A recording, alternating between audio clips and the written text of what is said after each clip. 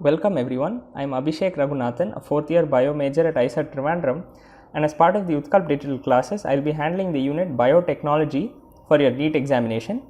We will go in a series of video modules in which we will start from the syllabus, work our way through the different topics and finally end up with previous year questions.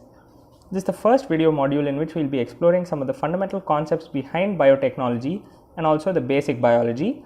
In further video lectures, we will be going through some of the applications of this really cool technique, and this will give you a broad sense of what this technique is and why it's useful. From my side, I'll do my best to ensure that my presentation of the concepts is clear. I personally think this is one of the most fun and interesting modules in your entire NEET syllabus, and I'm very happy to be teaching it. And I hope that you all find my presentation engaging and are able to learn quite a bit out of it. So I've listed the syllabus on this slide. The website I've taken it from is in the bottom. Sorry, excuse me for that. The website I've taken it from is in the bottom. Please excuse me if there are any mistakes in the syllabus. So that's just a disclaimer I have. Although I can guarantee you that I'll be covering all the concepts which are important for your exam. So these are typically split, or not typically, these are split into two chapters in your NCERT textbook. One is the chapter Principles and Processes of Biotechnology, and the other one is the Applications of Biotechnology. So how this is structured is actually very nice. You start by appreciating the fundamental biology behind biotechnology, what are the basic biological concepts behind biotechnology, and then slowly that is extended to its applications. And I think this is a very important strategy to try and analyze any phenomenon that you come across. One, understand the basic biology behind it, and two, think about certain applications. So as I mentioned, we'll start with the fundamental concepts, which is the basic biology, and then towards the end of this unit we'll be looking at more involved applications, and you'll get a sense of how beautiful the technique is, or I should say the set of techniques are, which allow you to start from the very basics and finally go on to do some very cool and applied things. Now, two disclaimers. One is a general thing about biology itself, which is that facts are usually not facts. So whenever somebody tells you a fact, think twice. I'll give you an example. Everybody is aware of the classic base pairing A double bond T and C double bond G. But did you know that A can sometimes bind with C and T can sometimes bind with G? We just usually say that A double bond T, C double bond G because that's what happens most of the time. So facts are what we see most of the time, but they are not the absolute truth. The second thing is, imagination is very useful in biology. That point I'll keep illustrating as we go on, because I think it's one of the most important things for anybody who's interested in biology to be good at imagining what is happening inside the cellular context. So those two things being said, let's move on to the fundamental concepts. The first of which is genetic engineering. I have the definition here. I've lifted this from NCERT. I admit to some plagiarism here.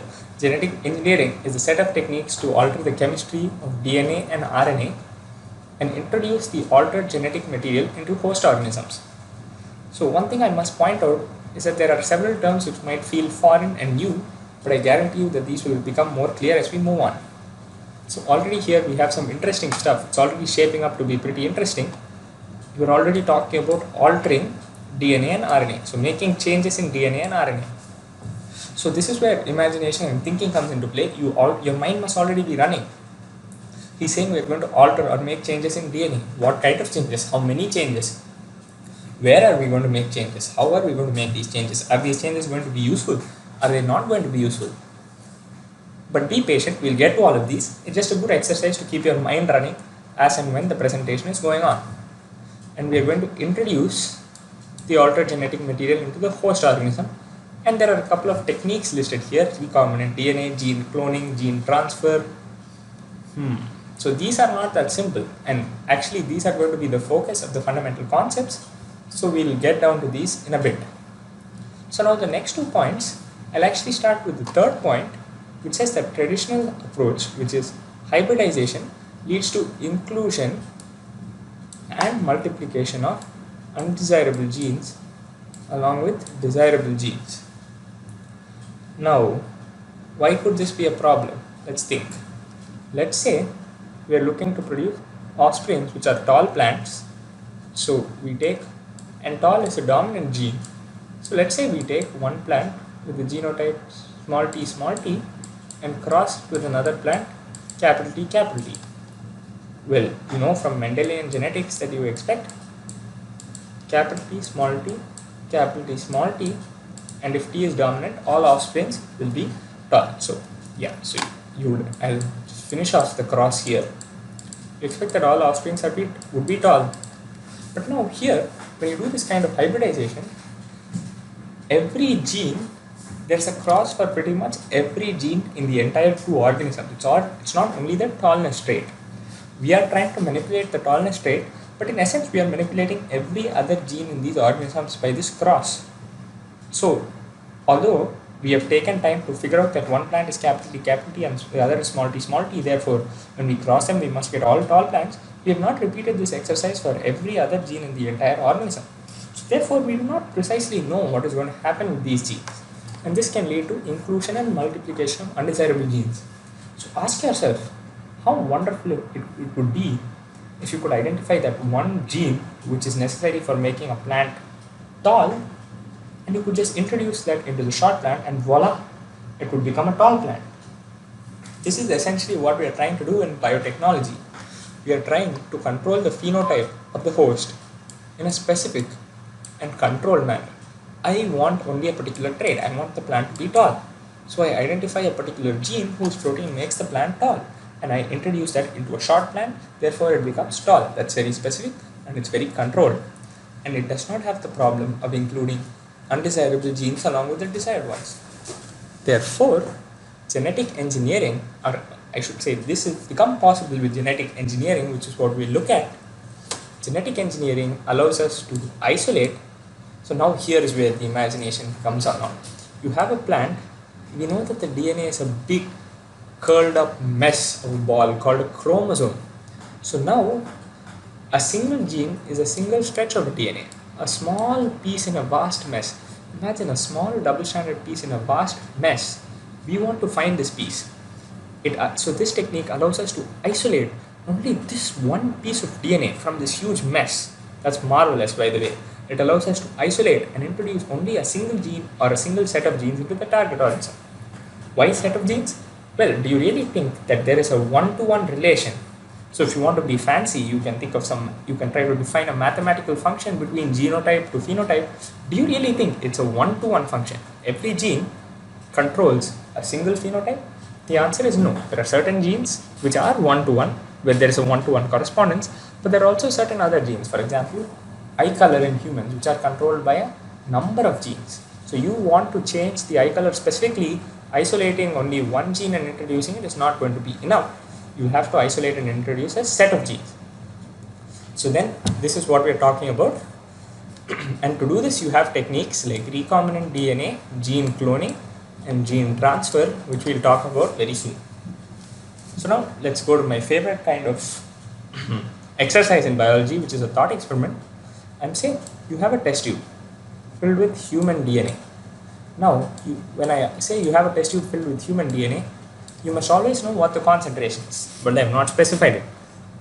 So assume some concentration. It need not be small, need not be high. It could be small, it could be high. That's not relevant for now, although we could discuss it later. So now you have a bacterial cell. You have E. coli. You take this DNA and you inject it here. What will happen? Here's where imagination comes in.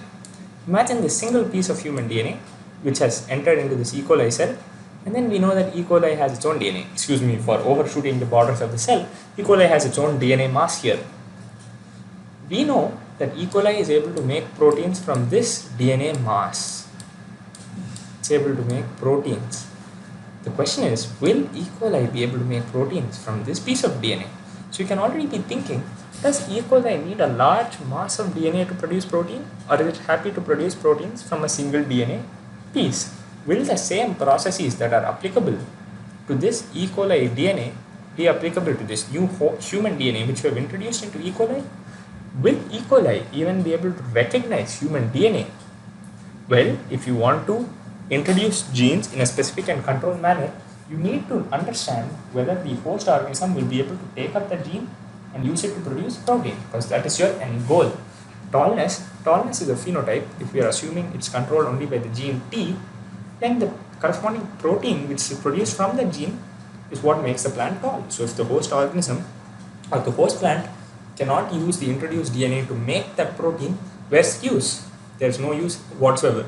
That's why this question becomes important. Will the host organism be able to take up the gene and make a protein out of it? So let's look at how is protein produced from DNA. That's the next logical question. We know that according to the central dogma, information transfer comes from DNA to RNA to protein. We also know this other beautiful fact. We know that cells divide and DNA must also divide, so that if you have D amount of DNA in one cell, it becomes 2D through replication, then the cell divides. Therefore, both the daughter cells have D amount of DNA. Therefore, the amount of DNA is maintained from cell to cell. So the first step in understanding whether this piece of DNA will be able to be used by this E. coli bacterium to produce protein, this DNA would have to be able to replicate in E. coli. Because imagine the DNA does not replicate, then the DNA is stuck in this cell. But now this cell has divided, so it produces two cells. Only one of them has your DNA. These two cells divide. Now out of 4 cells, only one has your DNA. Out of 8 cells, only one has your DNA. Out of 2 power n cells, only one cell has your DNA. It's absolutely useless. So now, human DNA must be able to replicate. Let's ask the question. How does E. coli DNA replicate? This big mass of E. coli DNA. Well, it turns out, or let's ask another, let me draw an analogy here. You have a jumbled up mass of fine thread. You will sometimes be able to pull it apart into 2 even finer threads if you find a suitable starting place, which is essentially what happens in DNA. Think of it as a large, long, jumbled thread mass, and you need to be able to first pull it apart to expose 2 single-stranded DNA molecules. From there, replication can proceed. So you need to find specific locations along the DNA sequence where replication can start. Essentially, according to our analogy, where you can pull apart the thread. These sequences are indeed found. They are called origins of replication. What I would say is that DNA replication is originated at specific sequences along the chromosome called the origin of replication.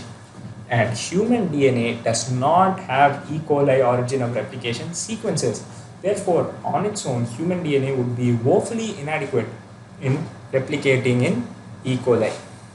So this foreign DNA, which is here human, would only be able to replicate if it was somehow associated with the host origin of replication.